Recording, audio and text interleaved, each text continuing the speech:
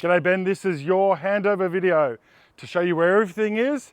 So let's start up the front here and we'll talk about the winch, hook there, control box down in there.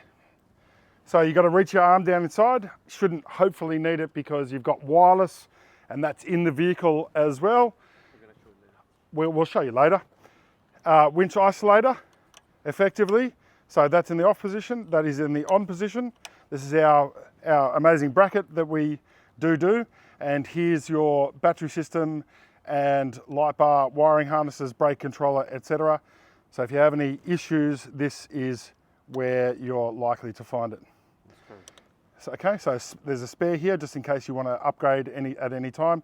And you can see these little MIDI fuses here and they're easy to replace. We can sort you out with a little care package with some spares if you like.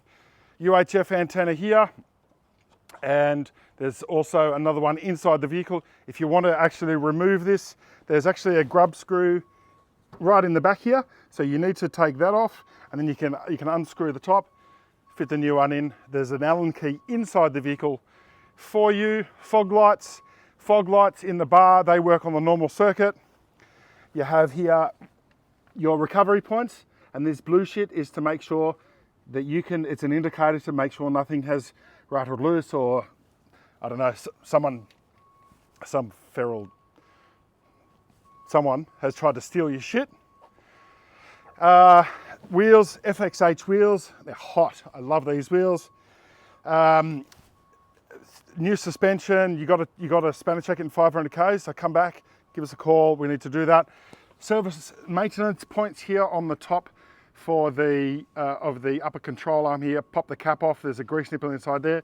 They should be done every single service and more if you get into the water or whatever, do some deep water crossings, do it more often. It just saves the longevity of that ball joint.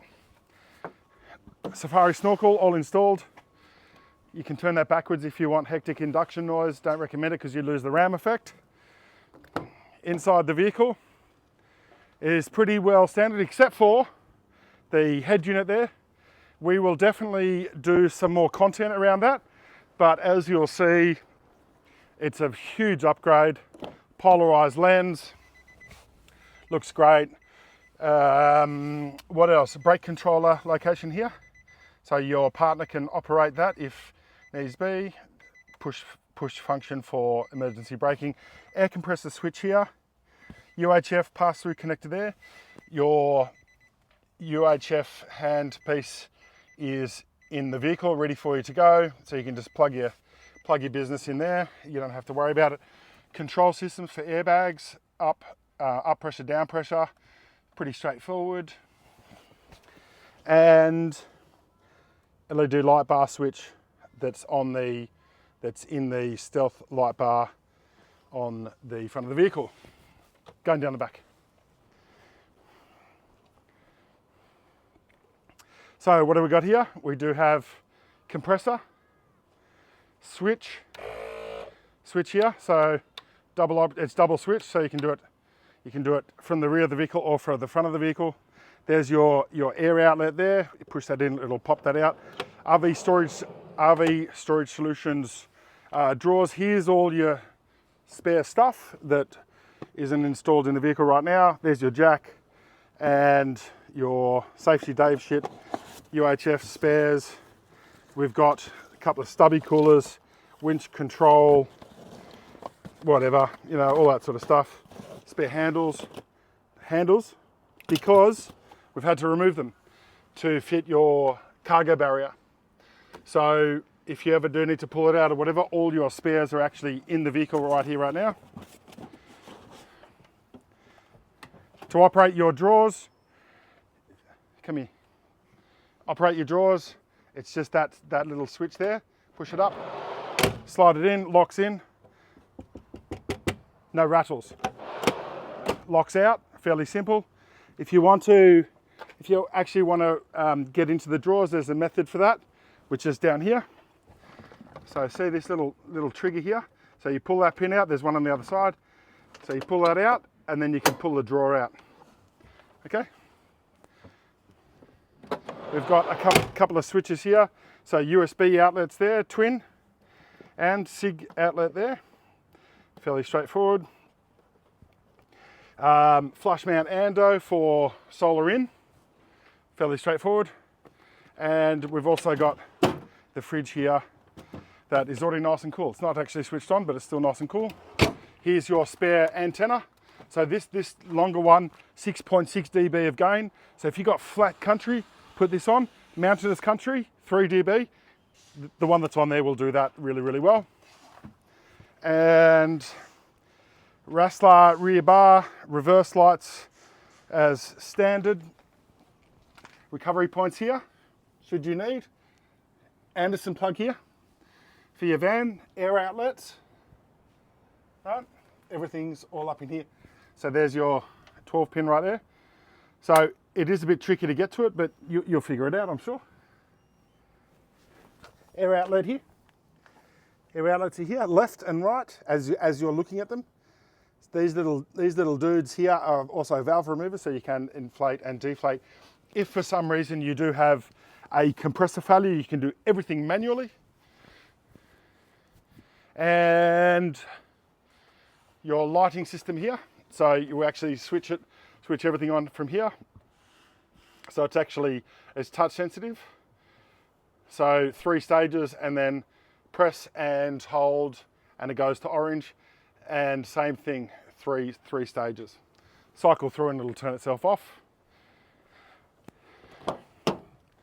And everything is hidden, except compressors up here. See up in there? That's all your compressors and all the bits and pieces and fittings and stuff. So that's fairly straightforward. You can see where the cargo barrier mounts on here. You've also got additional locations in here if you need baby seats. You can actually fit restraints to the back of the drawers here. You've still got some space in here for if you want to chuck extra stuff in here, or chairs or recovery gear or whatever you want, can go in here. Fairly straightforward, really neat. There's nothing hanging out. Just keep in mind though that this here is actually a vent for the fridge. So you need to please keep this clear, because there's a chance that the fridge won't get enough ventilation and it could overheat. Potentially not catastrophically, but as the fridge heats up more, it actually starts working harder, and then it's going to chew your battery. So keep this clear. Fairly straightforward. Not sure. I think that's almost about it, except the other important bit, which is on your roof. So we actually consider roof racks as storage systems.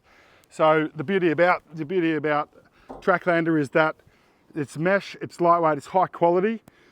It adds 70 mil to the roof height of your vehicle, and you've got 8,000 million tight amp points. So really, really straightforward. Just don't forget that you do need to check it periodically, right? When you got all your gear on there, whatever, you're traveling, especially corrugated rough roads, you do need to check the fixing points. So check these points here, and so check the mounts to the roof, and then check the rack to the mounts. Mirrors, color coded, clear view, next gen.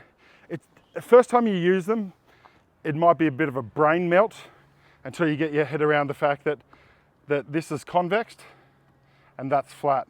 So tune this in to get you a bit of peripheral, so you can see across a couple of lanes, and see the trailer wheel stuff, right? So just give it so these effectively just pull out, bit of a tap and they'll go back in. Fairly easy, right? Straightforward. They'll loosen up over time because they're a little bit stiff straight away. I think that's about it. Do you want to see more handover videos? Tell us, because we love doing this stuff. We want to give you value. We want you to understand what you're getting at the end of the day. We care about the outcome. I love you. Thanks for tuning in.